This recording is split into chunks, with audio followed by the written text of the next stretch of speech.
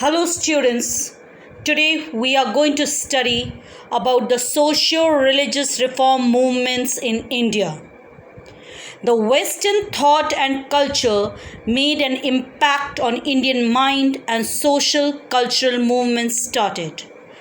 The religious and social reform movements in the 19th century followed in three main streams.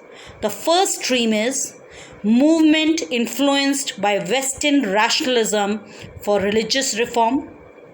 Second stream, religious reform movement of Hinduism in the rational light of scriptures. And the third stream, movement for synthesis with other religion leading the birth of Neo-Hinduism. Now we're going to begin with the Brahmo Samaj history. The Brahmo Samaj movement started as the first stream. Raja Ram Mohan Roy, the father of modern India, was the founding father of the Brahmo movement. He was a very critical and rational scholar of comparative religion and ancient scripture. In 1814 to 1815, he founded the Atmiya Sabha, where he expounded his reforming ideas among the audience. In 1828, he founded the Brahmo Sabha, where prayer was made to the Creator, the Brahma. Upanishads were read out and adultery was decried. The English educated Hindus who felt disgusted with existing religion and turned towards Christianity were vastly attracted by the rational ideals of the Brahmo Samaj. Raja Ram Mohan Roy preached his ideas of reform through his Bengali journal, Sambat Kaumudi. Tatta Bodhini Sabha and Tatta Bodhini Patrika were founded by Debendranath Tagore to preach the ideals of reform of the Brahmo Samaj. Now we are getting to the contributions, the significance of Brahmo Samaj. Brahmo Samaj attacked on various meaningless rituals and superstitions. It worked for a respectable status of women in society. It discouraged child marriage. Now we are getting to the next movement, the Arya Samaj movement. Another stream of religious reform movement of the 19th century was started by Arya Samaj. Its founder was Swami Dayanand Saraswati, whose original name was Mool Shankar.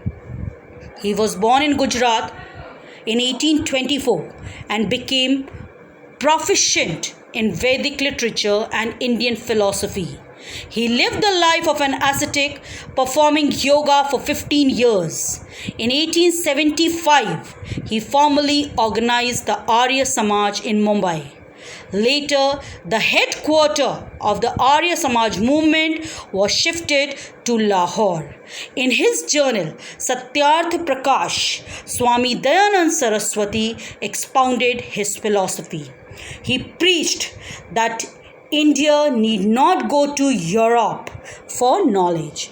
Everything great could be found in the Vedas. In the sphere of social reform, Swami preached untouchability and casteism as unvedic. He preached purification movement or Shuddhi movement and wanted that they should return to the fold of their old religion. He was very keen for women's education and women's liberation. He was opposed to child marriage and polygamy. He preached his doctrine in Hindi, which made great impact on people. Swami Dayanand's Arya Samaj movement had a great impact on northern India, Punjab and Gujarat. Dayanand drew within his movement great reformers like Lala Hansraj, Pandit Gurudev, Lala Lajpat Rai, etc. Now we are going to start with the Aligarh movement and Sir Syed Ahmad Khan. Sir Syed Ahmad Khan was a great reformer among the Indian Muslims.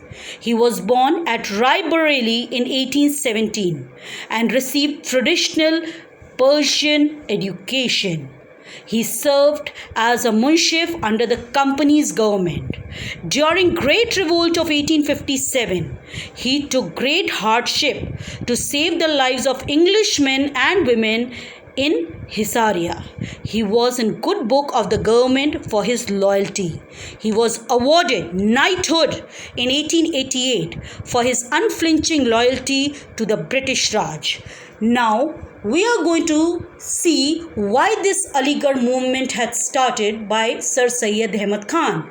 Firstly, to improve Muslim-British relations, then to increase political awareness among Muslims, thirdly, to reform Muslim educational system through introducing Western education to lead to better economic status. Now, the educational services rendered by Sir Syed Ahmad Khan, that Muslims began to value education. Muslim revival, self-improvement, better jobs led to economical status. Feelings of self-worth, aware of their rights. They became aware of their rights. Educated Muslims to talk, debate, and convince the British to listen to them. The origin of the All India Muslim League in the 20th session of Mohammedan Education Conference. Now, in the field of social service, what was Sir Syed Ahmad Khan's contribution? He wanted Muslims to establish working relationship with British, the rulers of the subcontinent, accept and appreciate good things from Western culture without compromising over their beliefs, realize the British strength, not possible to throw them out of India through rebellion or protest. Now, what was the impact of the Aligarh movement? Overall improvement in the Muslim educational, social, economical and political status, and it also led to the creation of Pakistan. Thank you.